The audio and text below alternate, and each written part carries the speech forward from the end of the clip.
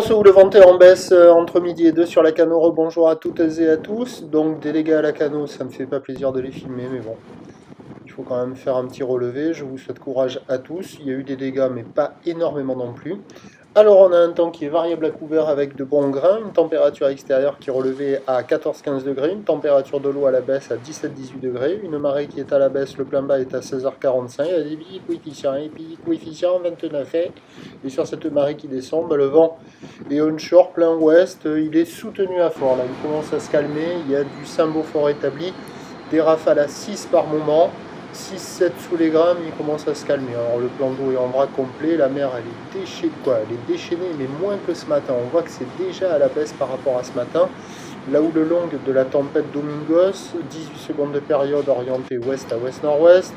On refait encore une fois le tour des relevés maximum. Rafale de vent maxi au Cap Ferré, 151 km/h. Relevé maxi sur la bouée Arcachon-Gascogne, donc pic de la houle à 11 mètres 60 et 16 secondes. Sur la bouée du Cap Ferré, on a relevé 9 mètres de moyenne et pointe à 16 mètres. Là, la bouée, elle est relevée à la baisse à 8 mètres 50 et 15 secondes. Et on a des vagues qui sont à la baisse. Alors, au début de la vidéo, j'ai filmé sur les coups de 9 heures. Il y avait encore les grossettes qui traînaient à 7-8 mètres, mais là c'est quand même à la baisse.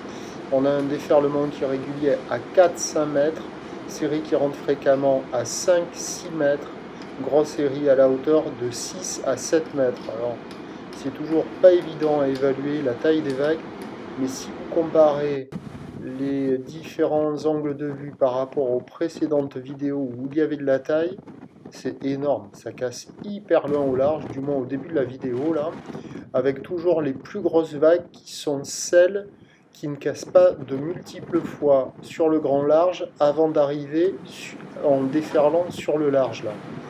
Celles-là, ce sont les plus grosses. Par contre, celles qui cassent avant sur le grand large, qui font des grosses mousses avant d'arriver au bord, c'est pas les plus grosses.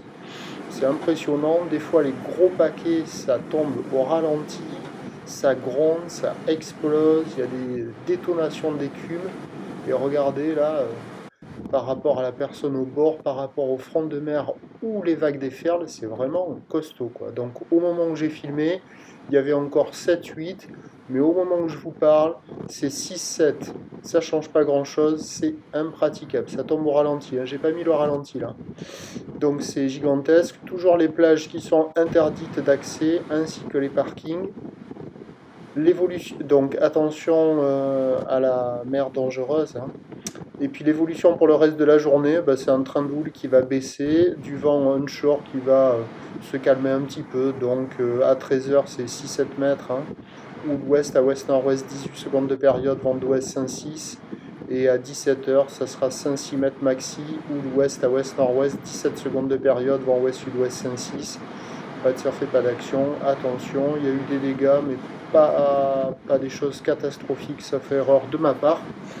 Et je vous laisse profiter des grosses vagues. Je vous donnerai un peu plus tard dans la journée des images, vidéos et photos non présentes dans cette vidéo avec des sacrées visions. Sinon, on se retrouvera demain matin à la première lueur du jour avec des vagues carrément plus petites qu'aujourd'hui, 4 mètres, 4 mètres 50. Mais vous verrez, elles seront quand même encore grosses et on se dira « Oulala, mais la veille, dimanche, c'était quand même énorme ». Allez, j'ai fini de parler, c'est bon.